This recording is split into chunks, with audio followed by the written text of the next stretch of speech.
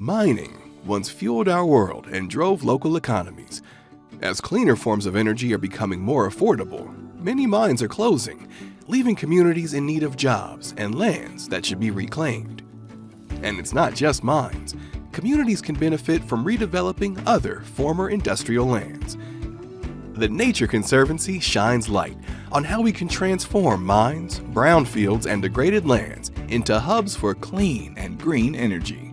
This approach can grow jobs, revitalize local economies, and even benefit nature. We call it mining the sun. Mining the sun avoids building on green spaces, keeping our natural world natural. And with recent incentives, it's easier than ever to turn old liabilities into new assets. The Mining the Sun project offers practical resources for engaging your community, planning with confidence, and navigating the policy landscape. Dig into the project at nature.org.